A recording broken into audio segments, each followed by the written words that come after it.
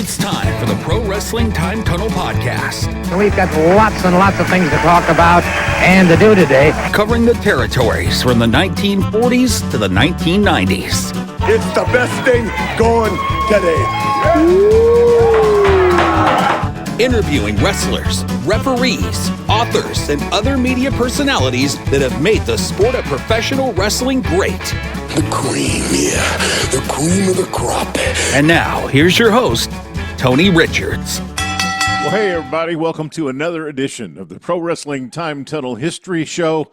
I'm Tony Richards, your host, coming to you from the Richards Ranch in Western Kentucky. Thank you so much for joining me today. This is another special bonus episode in the month of February in 2026. And this is the second bonus episode that we've offered because unfortunately there's just a lot of things going on. You know, I had planned on doing that bonus episode on the death of Gino Hernandez, which happened in February 1986, 40 years ago. And Lizzie Flanagan has been a friend of mine for quite some time now, and she's a dynamic young historian and author. And I don't know if you've noticed or not, but most of us historians are a little long in the tooth, and we've been around quite some time, and we go back quite a ways. But Lizzie's one of those people whose interest in wrestling started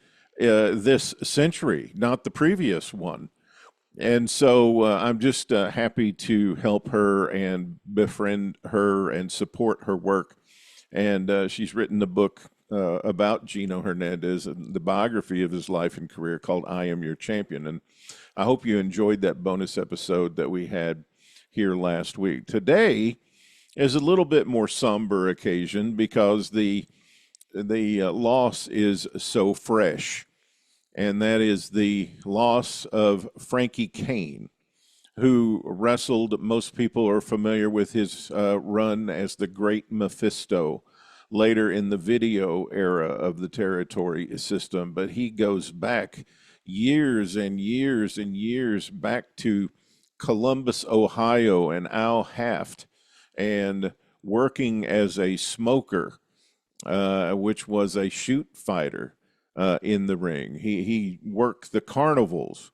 He worked the boxing matches. He was friends with Cowboy Latrell. He was down in Florida. He was friends with Roy Welch in Dyersburg, Tennessee, and he worked for Roy and booked a lot of the towns that are very close by within driving range here of myself in the Tennessee territory. In Tennessee, and Frankie promoted and worked in a lot of shows, and Roy Welch would give him towns to promote and book, like Paducah, Kentucky, or Caruthersville, or Poplar Bluff, Missouri, or small towns in Tennessee that were part of the Welch territory back in the early 1940s.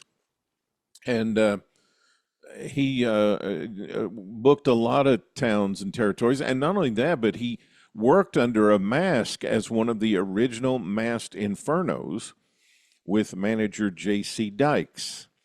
He goes back in pro wrestling. I mean, he's over 90 years old, Frankie. And he goes back to the days of Jim Londos. And so just a fantastic life. And we are fortunate that Scott Teal of Crowbar Press, who's going to be joining me here at the Richards Ranch in just a few moments, has written two books, which were basically conversations between Scott and Frankie. The first book is the blue one.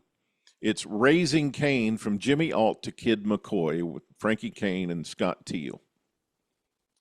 And then the second one covers the second half. And I love this book because it goes back to those things that I talked about, the carnivals, the smokers, the boxing, the Columbus, Ohio wrestling office, and all of that great stuff. And then the second half of Frankie's life is in the red book, Raising Cain, which just came out about a year ago, from the Inferno to the Great Mephisto. And you can see him as the Masked Inferno on this side and the Great Mephisto over here. There's some great matches in Houston, in the Houston Coliseum out there that you can watch. Again, by Frankie Cain and Scott Teal. And there is a stack of books. There's about 7 or 8 books that are in a stack. I have a little reading cubby sort of off my kitchen here at the Richards Ranch in the bunkhouse, and I keep about 7 or 8 books in that stack that when I get ready for bed at night, I like to turn all the televisions off and all the computers off and just sit and quietly read. And I've got a nice easy chair in there and a nice reading light, and these 2 books are in there. And I'll just grab one of them and just read portions of them, not even complete chapters, just parts of these conversations that Scott and Frankie were having that just gives you tremendous insight into professional wrestling over all of these years and all these progressions of decades forward through the territory era. And we wouldn't have that if it weren't for Scott and if it weren't for Frankie, who lived and worked through that entire time. And I'm just thrilled that we're going to have an opportunity to honor Frankie today. And Scott Teal, who is very close friends with Frankie, he's going to tell the story about how they met.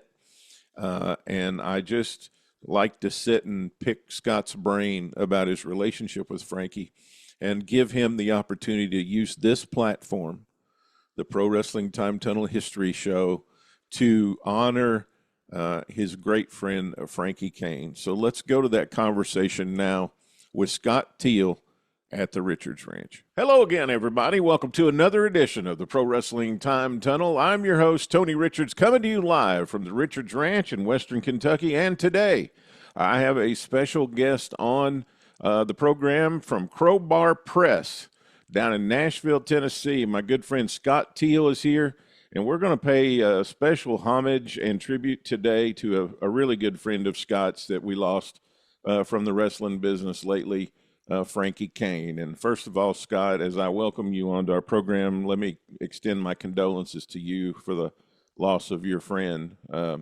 Most of us look at it and we hate it because he gave so much to us in the business. But I mean, this is a guy that you knew very, very closely. Yes, absolutely.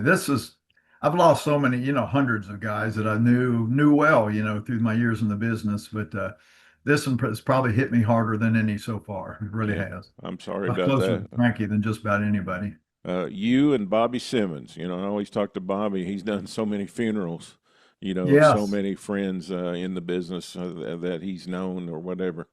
The So, one hit him the hardest was Charlie Smith. oh my gosh. He talked to Charlie every single day, every single morning. They talked to each other on the phone. And Rode a lot of miles together. oh, yes, they did. Absolutely.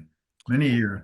You and Frankie spent a lot of time together, and in a lot of the time that you spent together, you talked about his life and his career, and you've documented that in 2 different books. This first one, called Raising Cain, is the story of his early life, growing up in Ohio and breaking into the business and working the carnivals and things like that. And then the one you released last year was part 2 about his days as he transformed into the Inferno tag team and then the Great Mephisto years and things like that. And as you can see, I got markers, and you think I took the college course on Frankie Cain because I've got underlines and markings and highlights. And doing the Welch series that I just did with Briscoe and Bradshaw, there were just so many little details in both of these books that were so handy that a lot of people didn't know about the Welch family. And Frankie was very close to Roy, so there was some good stuff in there that I was able to use. Frankie, it's not just Frankie's story, it's just what you just said. Frankie had so many connections with so many of the absolute legends throughout his life. Even when he was a kid, he had times where he spent with Buddy Rogers, Jack Pfeffer. That to me, I was just fascinated. I sat there trying to, when I'd interview him, I'd sit there and I was just fascinated by the stories he would tell about these guys. Because he talked about him. Here he was, this kid, probably younger than 18. And, he talked about those guys just like it was just like they were sitting there right next to him. He knew them really well, and he told me a lot of things about them that made me realize he was going right down the line. He was being legitimate about what he was telling me. He wasn't Sure. just making up stories. Yeah. And you were involved with publishing another book too, the Don Fargo story. And Hmm. I've been in depth in that too for research as well. And the thing is, those two guys broke in at a time that was so unique at the business that we just don't know a lot about. And those three books, the two on Frankie and the one on Don, really give you insight into what the business was like back in those days. Absolutely. And we've lost so many of the guys now. There's so few that are still with us. In fact, I really can't think of anybody that would have the knowledge that Fargo and Frankie had. Most of them are gone now. And that's why I felt it was so important all these years to talk to these guys and to interview as many of these guys as I could, because once they're gone, we lose all those stories. And it was mainly because of the nature of the business. Those stories were not recorded, they weren't written down. They never told anybody. The wrestlers never told anybody except other wrestlers those stories. So anything we have of from those days, it had to come directly from them. And sadly, because of the nature of the business, being kayfabe and secretive, a lot of the stuff that I wish we had now has been lost. I think of so many guys now that I wish I had talked to before they passed away. But bygones be bygones. I think Yeah. those opportunities are gone now. Treasure what we have. Yes. Um, I'm so fascinated by the days where he worked the at shows and the Hmm. carnivals, and you're told pretty much by the owner that you can't lose. You got to Yes. pick these guys out of a crowd, and you got to beat them. Because Right. I don't want to give up the prize money. So what was some of the stuff that he told you about his early days that you thought was so interesting? Really, the main thing was hanging around with the wrestlers back from that time. He and a couple of friends when they were probably, I'd say, 8, 9 years old, they would hang around the wrestling office. And he told a hilarious story one time about Antone Leone getting on, I think he was getting on the elevator or something. It's been so long since I've looked at that story, but and Leone chasing him off, calling them names because they were sort of ragging him a little bit. Mm, But that's the kind of thing I love. And to be honest with you, to me, the most interesting part of Frankie's story is not the wrestling. It's all the things that he went through when he was a kid, living on the yeah. streets, protecting the prostitutes. You know, Running the scams just to survive. yes. And that's funny too, because he told me the story about them going into a store and two of the guys would start wrestling like they were fighting each other. So the owner of the store or whoever is running the cashier, they'd run over to where they are to break them apart. In the meantime, Frankie or one of his friends, they're grabbing all kinds of stuff and running out the front door with them because while they while the attention of They're the person in distracted. charge was distracted. And I went into the newspapers and I looked up. I can't remember what I typed up, but I typed up something like "boys in store stealing" or something like that. And I actually found an article that talked about how two boys got on there, distracted the cashier by wrestling on the floor, and then some other kids ran out with all kinds of merchandise. And it was Frankie, he narrated it exactly as that article said. And I That's a thought that was fascinating. amazing that I happened to find that, just by a little bit of searching. Yeah, that's fascinating. He learned how to distract the referee early on. Yeah, that's true. To Yeah, learn how to work everybody and distract the referee. He had it down at 9 years old. that's right. That's right. But I mean, it's difficult sometimes for people to relate because they've never been in that position where you don't really have a steady place to live, you don't have any money, you don't have anything to eat, and Right. you have to rely on your creativity Hmm. to figure out how to get by. Yes. Yeah, when Frankie was first telling me these stories, I wasn't real sure about putting some of them into the book about him stealing stuff and stealing fruit and vegetables to eat and breaking into warehouses so they had a place to sleep. But the more I thought about it is exactly what you just said.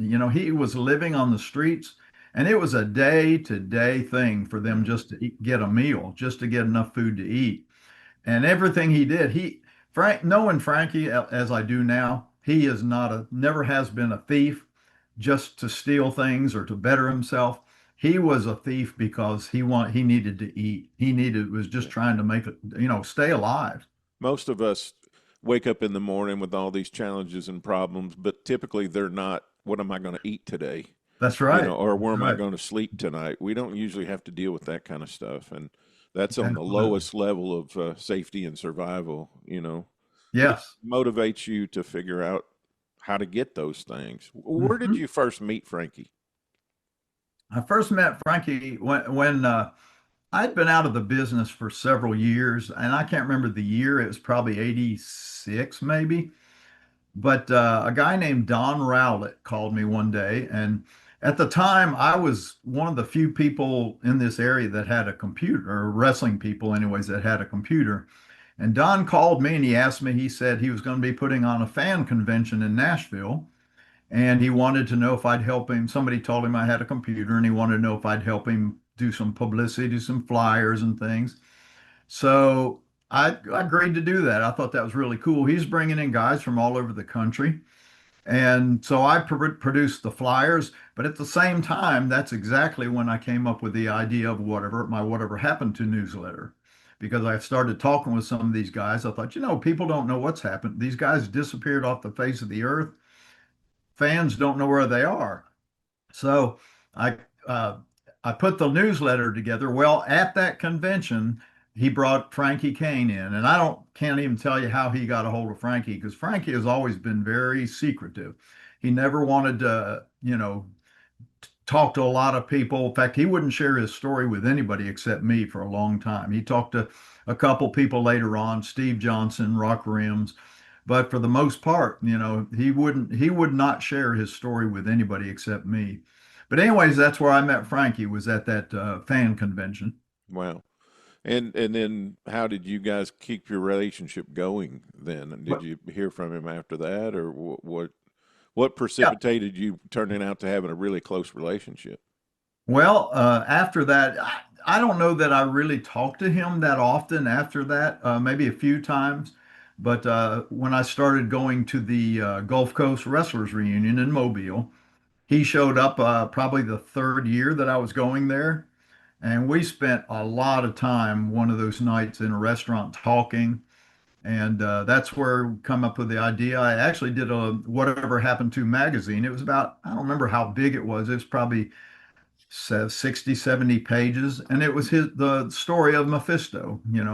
But he did not share a lot of the stuff about his childhood that he did later on for the books. Yeah. And that was really the genesis of how uh, the books actually came about. And I waited, I'd say 15 years before we actually got started on an actual book. That's one of the things that I hate about some of those things going away, like the Gulf Coast reunion and the Tennessee thing that you've done before, is that it puts those guys in a mindset of being nostalgic. And Yeah. that's when, after experiencing that and standing around the boys and talking to the boys and everything, they feel like they want to relive and talk about that stuff. Yeah, a lot of those guys that it's like I said, they disappeared, and for the most part, they were forgotten by the fans. The Yeah. fans moved on. It was Hulk Hogan, all these guys, and the old timers were forgotten. So when they had an opportunity, here they go come to the reunion, and then I'm putting out this newsletter. Well, the newsletter was just a gold mine for them because that it gave them an opportunity once again to hear from some of the fans because in the newsletter I not only published a little bit of their story, and they weren't long, but maybe, 3, 4, 5 pages. Some were longer than that. But I also published their address and their phone number. I don't know if I'd even think about doing that these days, but I got permission from everybody, and they all said, sure, publish my address and phone number. And they got all kinds of letters in the mail from fans. And I'm not talking about like today they get letters from the fans in the mail and they want a picture or something, Oh, but sure. then they turn around and sell it on eBay. Back then, the fans simply wanted to tell them. In fact, most of the letters that they sent was simply to tell them how much they appreciated them for what they had done during their wrestling career, how what they meant to these fans. When we were fans back then, it was awesome to watch those guys in the ring. And then to have an opportunity to write to one of them and thank them for all the enjoyment they gave them during their years in the ring, that meant a lot to the fans. But more than that, it meant a lot to the wrestlers. I can't tell you how many wrestlers who told me they were so excited to get letters from fans because they just hadn't heard from anybody in the years. Everybody had forgotten them. And I would imagine most of the people close to them, they didn't know who they were either because they didn't share their stories. For the most part, they didn't want to tell their stories to anybody because they knew the fans would start asking them about wrestling being, quote, fake and all Yeah. that stuff. So they just went about their everyday, ordinary lives as whatever, occupation they were doing at the time. And it was their habit to not talk about kayfabe. I mean, not talk about the business. And a lot of those guys from that time that I've talked to, they're still a little uncomfortable about, talking about it.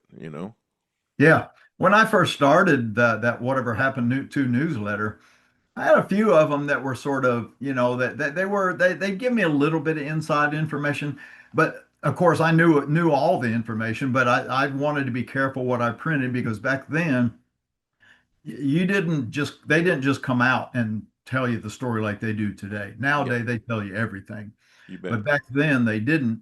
And with some of the guys, it took me a little while to crack, to get to a point where they would actually really open up with me and tell all the nuts and bolts of what happened during those times. I mean, one of those you've reprinted in one of the volumes. I can't remember which one it is out of the three, but in your wrestling archive book, you got a interview with Jackie Fargo, who didn't do interviews at all, and we're just fortunate to have the one you did.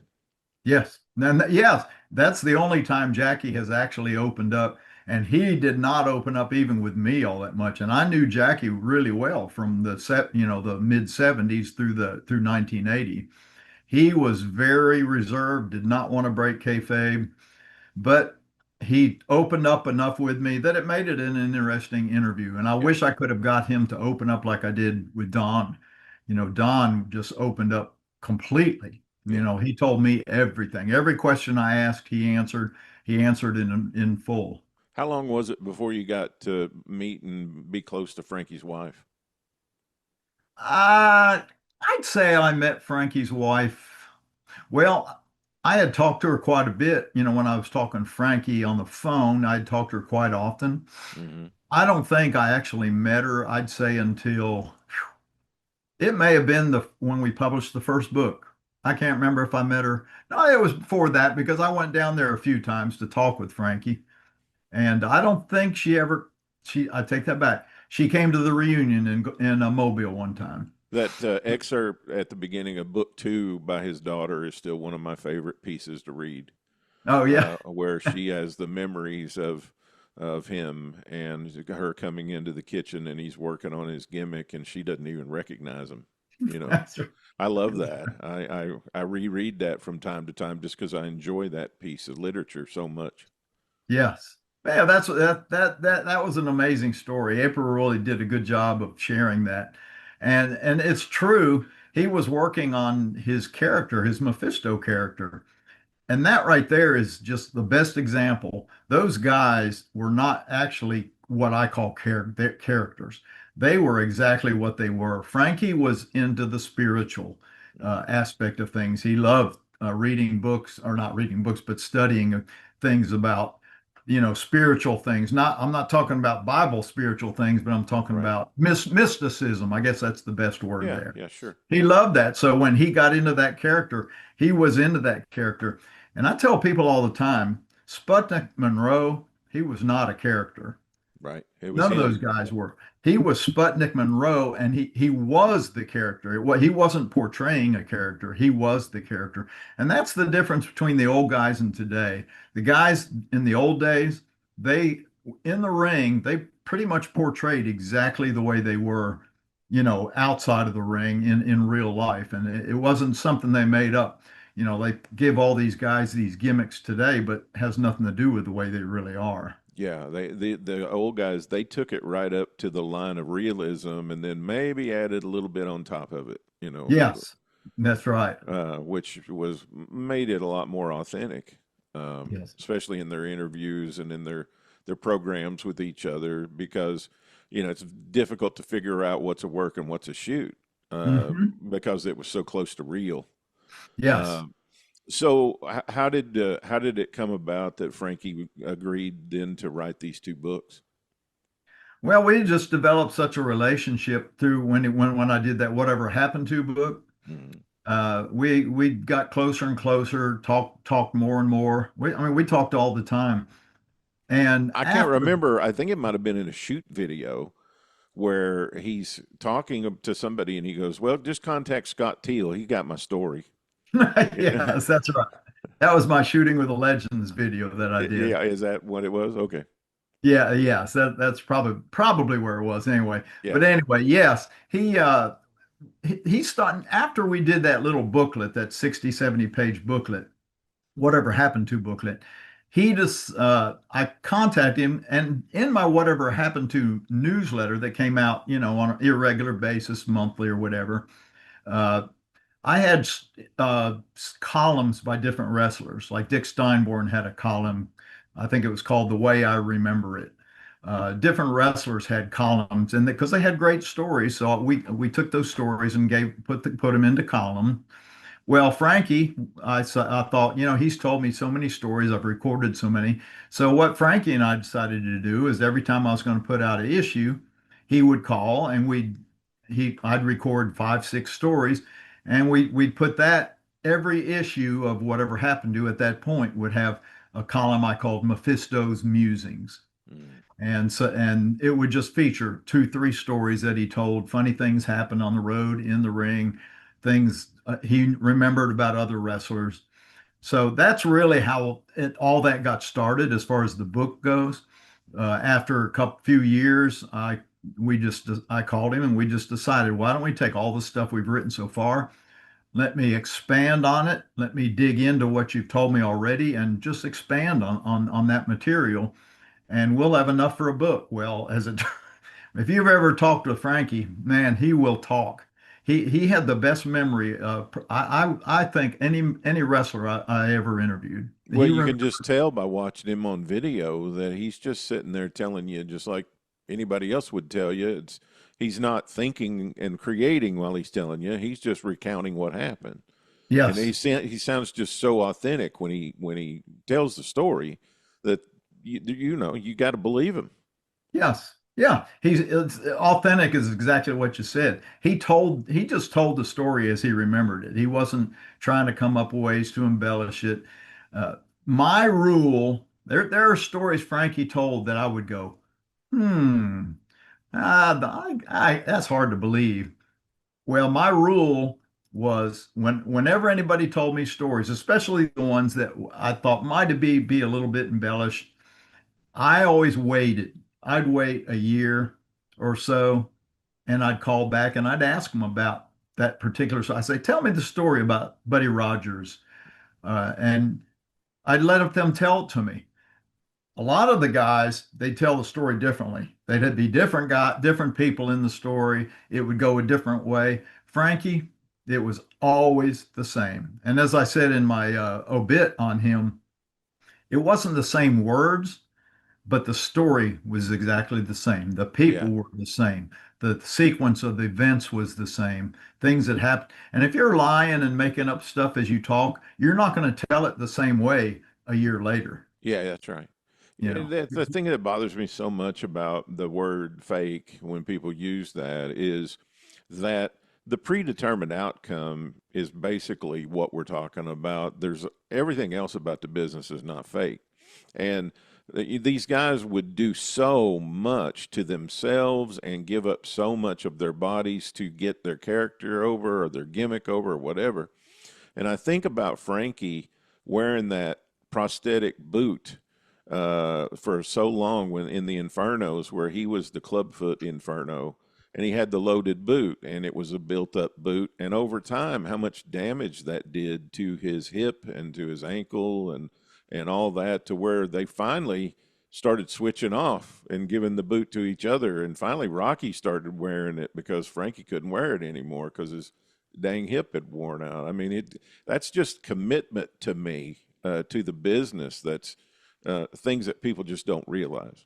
Absolutely. Yeah. That wearing that boot like it is, it threw their hip out because they're constantly walking and when they do something in the ring, walking across the ring, jumping in the ring, every time they hit, it would hit.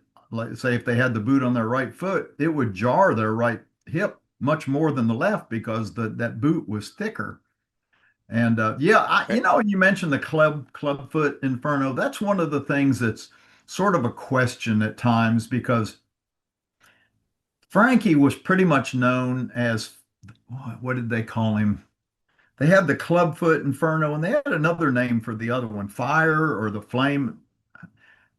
I can't remember what the name was, but for the most part, Frankie was the Fire Inferno because he threw the fire. In Yeah. fact, he had a way of throwing that fire that nobody else had. Everybody else used that flash paper. Frankie had a special gimmick he used, and he explained it. I wish I'd gotten him to see if he actually had the device he used. But what he had, you could actually throw that flame. It would go all the way across the ring, Oh my. where it wasn't just flash paper. You're sitting there with a match and lighting it and sort And of. then, of course, we got no film or video of that at all. I know. Isn't that a shame? Yeah, or photos, I mean, Yes. because you wouldn't be expecting it, Right. so That's you right. didn't know when to take the picture. Yes, that's true. So But there's times in the newspapers when it lists Clubfoot Inferno wrestled so and so. You can't always be really sure which one it was, right, yeah, sure. because you don't know if it was Frank using the boot or the other one. Or Rocky, yeah, Rocky Smith. Yes, or Rocky. Um, yeah, and then they went through a period where they were Dante and Mephisto, Mhm. and That was he, Bobby Hart. yeah, uh, Lorenzo Parende's longtime partner. Hmm. Um, Yes. how I had another question and it ran off from me. Been there, done that. um, what was the thing about Frankie that you thought was the thing that made him? I mean, he's got a reputation when people who know a little bit about the old wrestling, they know who the more good bookers are. And he had a reputation as being a pretty good booker, but he never really got a large opportunity with that. What made him? I mean, because you read through those interviews you do with him, and the way he psychologically analyzes the business and talks about the way he'll talk about this is the way they did it. Here's what they should have done, and you Hmm. can just tell, man, he's got a vibe for it that other people just don't have. Absolutely. Yeah. Yeah. You ask anybody from his era, they say Frankie Cain had one of the sharpest minds in the wrestling business when it came to booking and when it came to in-ring performance. He knew exactly what to do in the ring at one time. He always says people think that all he did was use that boot or throw the fire to get heat. He didn't do that. He only did that when it was absolutely necessary, when they got to a point where they were likely to get beat by the baby faces. Then he would use it, which that would bring a lot of heat from the fans. But he didn't use it, on a regular basis. But yes, he was one of the smartest minds in the business. And as you said, you can tell reading the books, the things he said, things he used to tell Buddy Rogers. I mean, here's Buddy Rogers, and he's a little kid riding with Buddy, not little kid, but probably 12 years old, riding with Rogers. And he's telling Rogers stuff, and Rogers is looking at him out the corner of his eye as he's driving, thinking, how does this little kid know this stuff? Because he was telling, in fact, he told Rogers a few things that Rogers, you probably remember that in the first book. Hmm. It may have been the second one. He told Rogers something, you should do this. Well, that night when Rogers was wrestling Billy Darnell, what did Rogers do? He did it. Did exactly what Frankie told him. Yeah. And the other thing I think was fascinating by him, because I'm just partial to these small towns that Roy Welch set up to be the first kind of Tennessee loop, Caruthersville, Missouri, and Kennett, Missouri, and my hometown of Paducah, and Mhm. um, Ripley, Tennessee, and Union City. And after Roy and Nick got the bigger towns to run, Roy would bring Frankie in to kind of keep that old loop going, in some of those Yeah. towns. And he would actually go in and do everything in the town. He'd be the town promoter, he'd be the booker, he'd work in the ring, he'd do all those things to get the town up and going. And I always found that fascinating about him too. Yeah, it's again, we're back to the what a shame it is that so much of the business was kayfabe. Not a shame because that's the way it was back then. But even so, Frankie doesn't get the credit because he did. He ran a lot of those towns. And in fact, even when he was the Infernos or he was Mephisto, if he wasn't booking the towns, if he wasn't booking the territory, he was booking himself. He Hmm. would tell the promoters, "This is what I'm going to do." The promoters would try and tell him what to do. And a lot of times he'd say, "No." He says, "That wouldn't get over. That people won't believe it." So he was booking his own matches. When he'd get in there, he knew what to do and when to do it.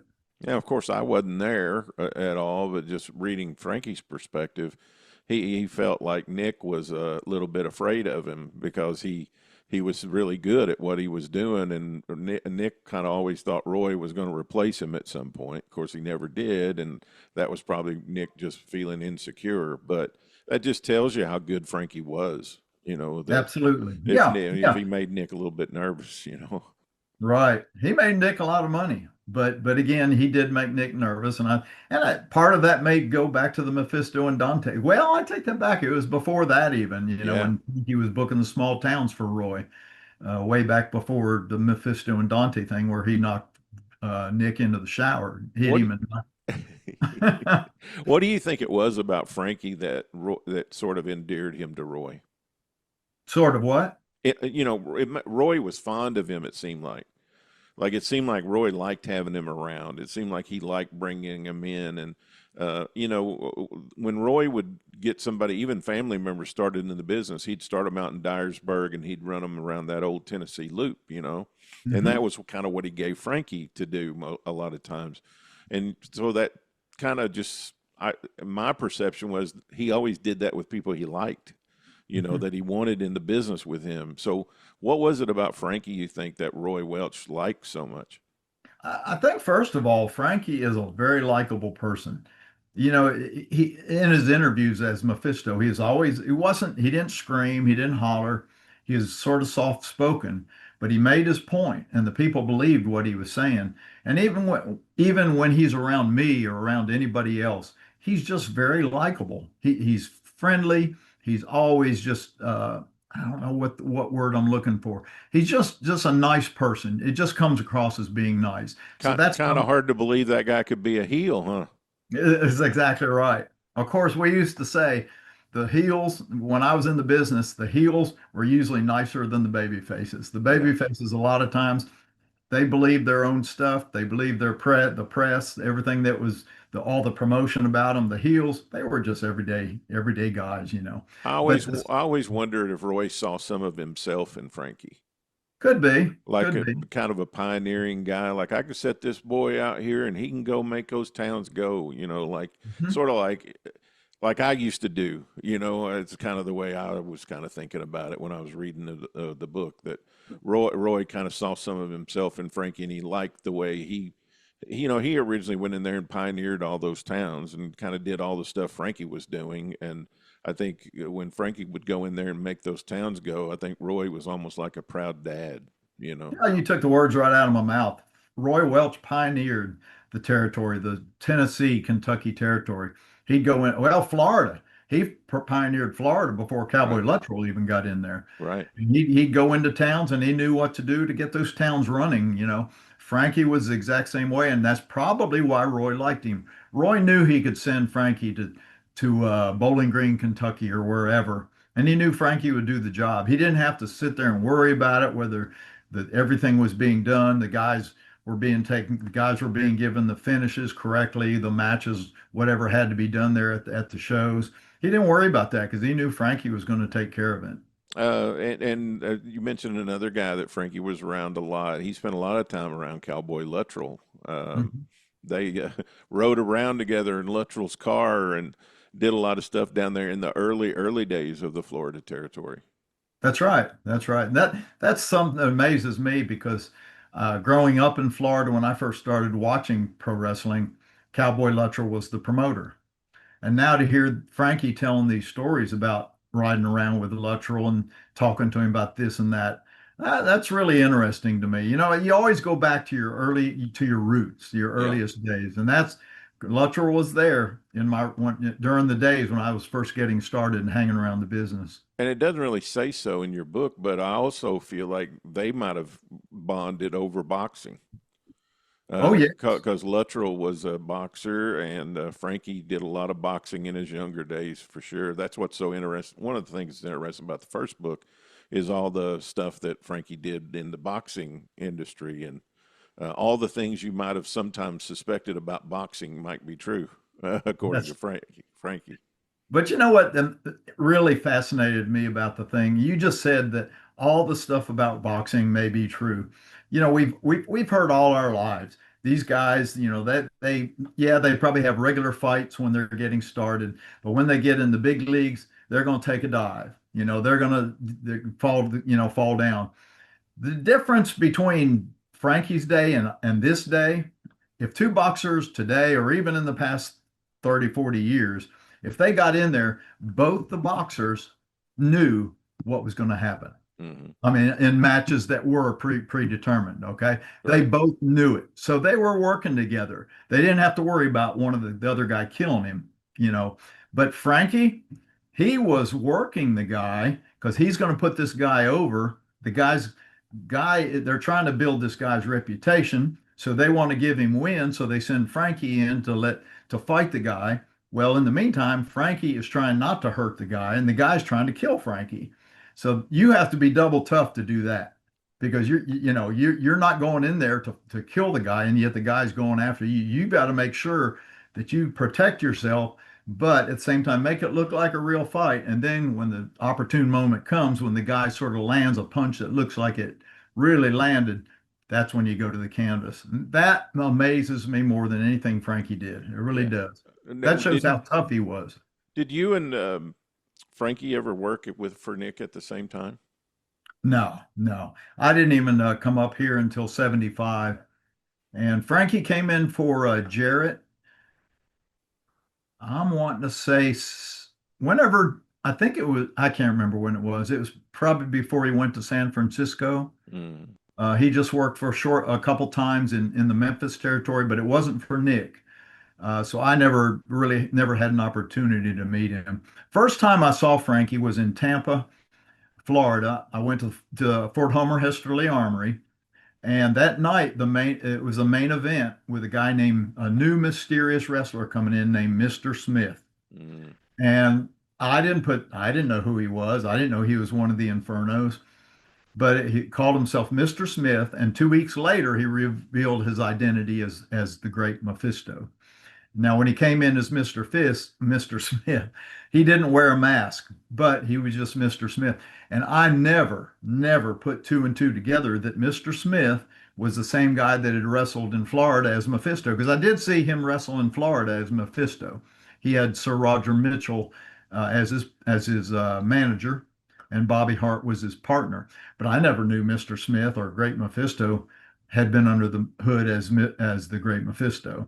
You know, so this shows what those guys could do. They could wrestle in the area for a long time, come back under without a mask, and still the fans were none the wiser. And I don't want to give away all the things because you guys need to get these books and read them. Oh, that's no big deal. If you're, I'm just want to encourage people to. These are fantastic books to read, especially if you like classic pro wrestling.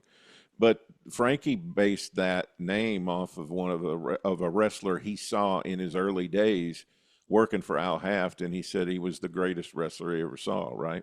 Yes, yeah. The guy, Julius Warnick was his name, and he wrestled most of the time just as Mephisto. Sometimes he did call himself the Great Mephisto. Pretty much kept his wrestling career around Ohio, up in Michigan, up in that area. But he did get around the United States and other places. The guy, according to Frankie, and Frankie, talks about him a lot in the book. But the original Mephisto was quite the worker. Not only worker, but he was a good shooter too. He could take care of himself. And from what I've seen, he wore long red tights and the singlet on the top. And something else I was going to say about him. Oh, he had his problems. He ended up being an alcoholic. And I can't remember if Frank told me he ever had talked to him very much. I know he did meet him and talk to him a few times, but I can't remember if Frank said he had an opportunity really to sit down with him very, very much.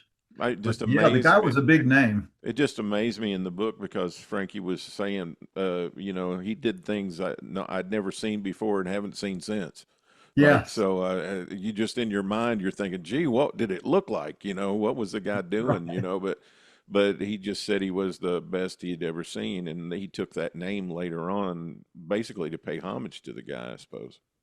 Did you ever think how cool it would be to have films of the guys way back then? Amazing. I mean, some of these small venues, like Mephisto, some of the places he wrestled in Ohio for Al Haft or up in Michigan for Burt Ruby. Oh, yeah. My goodness, how wonderful that would be to have actual film of those guys. But sadly, there's hardly anything from back in the 30s and 40s, almost nothing. When you think about Frankie and think about all the time you spent together and your relationship with him, what's your favorite memory of him? Whew, that's a good question. You should have sent me that one ahead of time so I had time to think I about just thought of it, Scott. it. I don't know. Just the thing that comes to my mind when I talk about Frankie is just what a great memory he had. Just how he was able to just talk for hours. And I mean, we did 80, 90, 100 hours worth of interview work over the period of time, maybe even more than that. Well, to talk about the book again, like especially the second book, I think the second book it just goes in time periods. Like this, when I just opened it up to page 23, San Francisco, June 17th to May 3rd, 1973. And then you go to another time period, and he just goes from time period to time period and time period and tells you about every one of them that he spent time in. And to your point, I mean, that's just amazing. He was able to do that. How do you remember stuff I happened back can't, in I can't, Yeah, you're 1958, 1959. He tells me stories, and I'm like, wow, how does he remember all this? So I go into the newspaper archives online and I look up, he may have told me about a match he had with a guy named Marco Polo.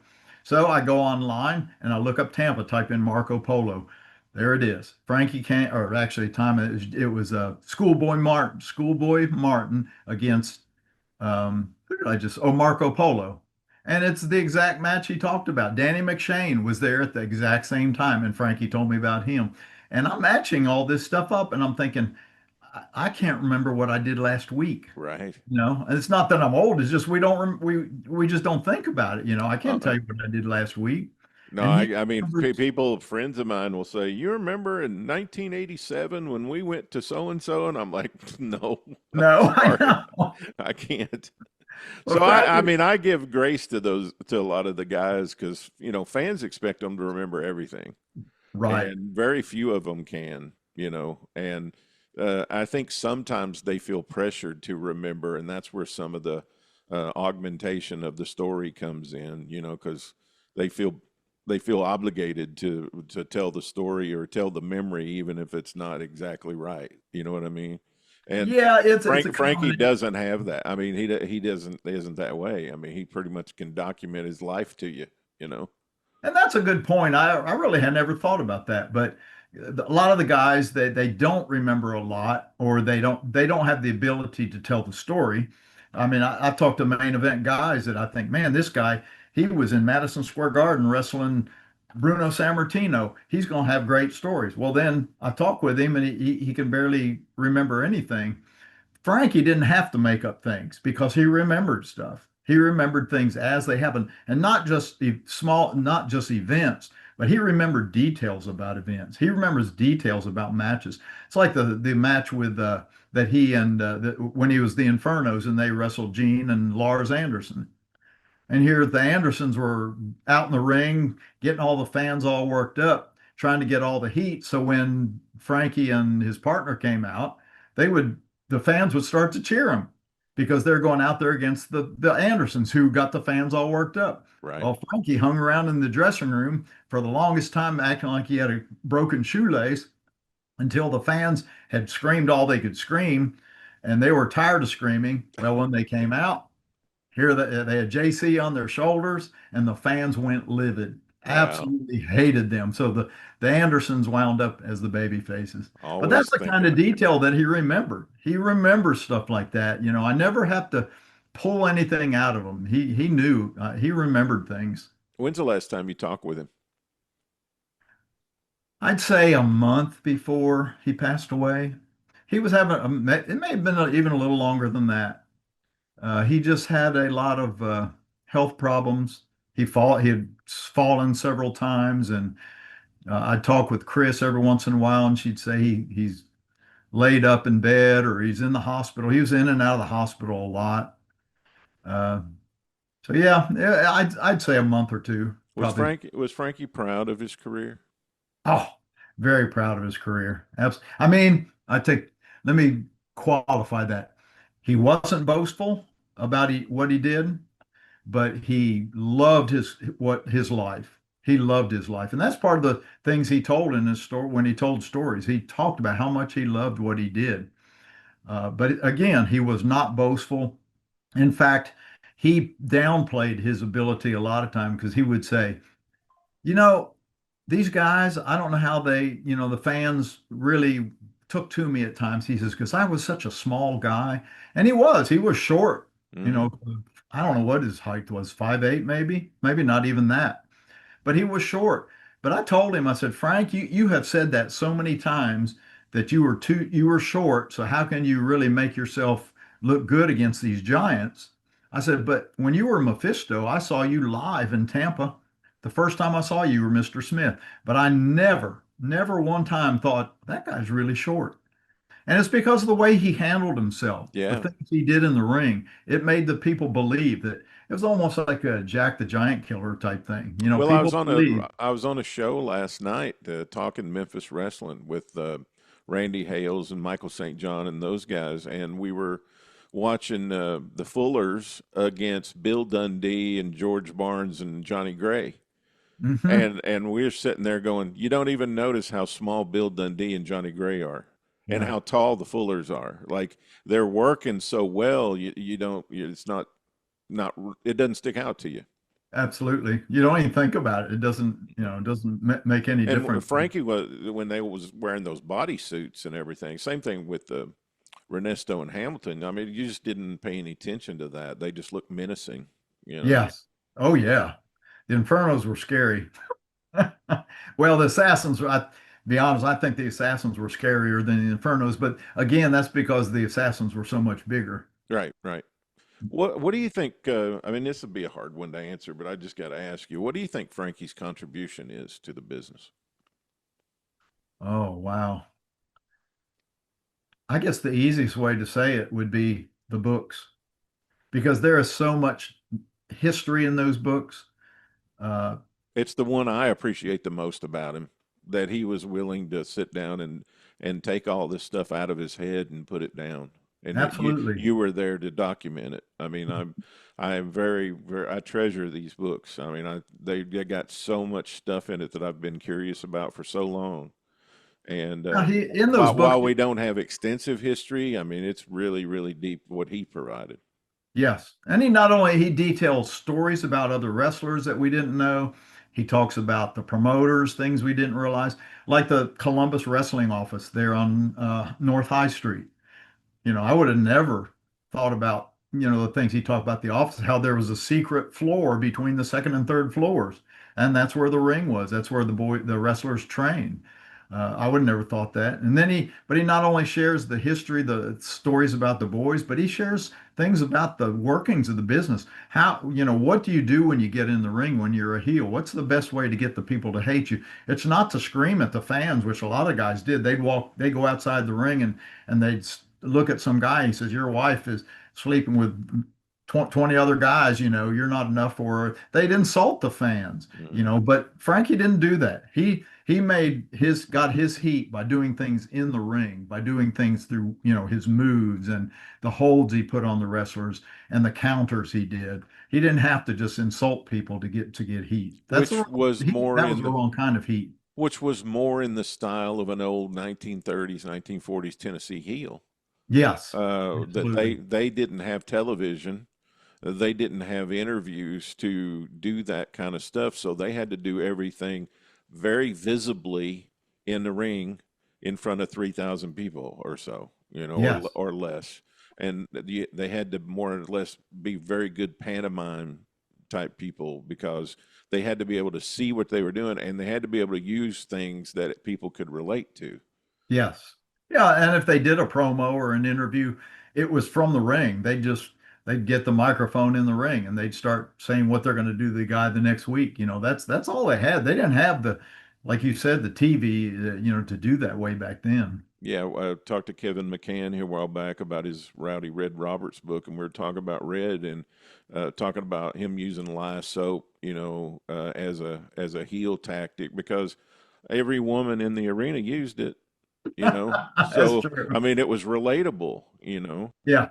and they knew what would happen if you got it in your eyes. And Yes. I never met Red Roberts. I never had the opportunity to meet him. I think he was probably dead before I came up here, but what a wiry looking guy he was. oh I yeah. mean, this old school, wiry country bumpkin type looking guy, but oh, But I think about Frankie being a heel like you were describing. I think about him being in that style, in the style of a Pat Malone, mhm. not necessarily in the style of later ones where it was mostly I'm just going to be a jerk to you, you know. Right, right. Frankie was a student of the wrestling game when he was a kid. And I think that's why he learned so much because he watched those guys and studied every single thing they did. But the best thing about it is after he watched them, he'd think it would give him ideas for, I could do that in the ring. That would be good. But I'll improve it by doing this. And his mind was so sharp, he could think of things that would improve on what the other guys did. He didn't copy guys, but he might take one of their moves or something and say, that doesn't look quite right, but I can do this and make it really more effective and really pull the fans in to what I'm doing than what I could if I just did it that normal way. Well, Scott, I just want to tell you how much I appreciate you, first of all, for everything that you've done with Crowbar Press and all the wonderful things that we have today, all the things I have on my bookshelf because of you. I thank you for these two books on Frankie Cain, and I appreciate you spending some time with me today to talk about him and remember him and help pay tribute to him. Well, I appreciate you. I appreciate all you're doing to keep the history of the business alive. You're talking to a lot of guys now, which I've sort of slowed down and doing a lot of that now, talking to guys personally, but you're doing that. You're preserving some of the stories that I didn't get to, some of the guys' stories that I didn't get to. And I'm glad you're doing that because, Well, like I said earlier, these guys aren't going to be here forever. And when right. they're gone, the stories are gone. That's exactly right. Scott Teal, everybody. Scott, thanks again, man. Thank you, Tony. It's good to be with you. Well, there you have it. I hope you enjoyed that conversation with myself and Scott Teal here at the Richards Ranch, paying tribute to a true pioneer and influential figure during the territory era of professional wrestling. And rest in peace.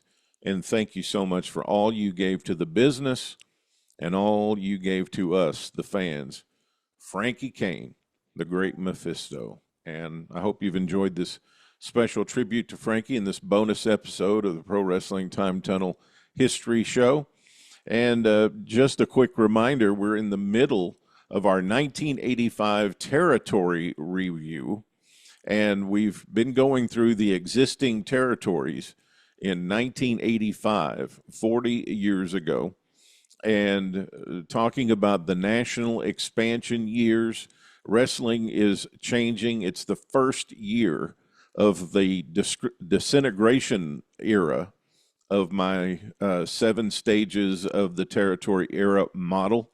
And the territory system begins to crumble and fall apart starting in 1985 and will be completely disintegrated by 1995. And so we've gone through most of the territories, and we have 2 more episodes of that series coming up.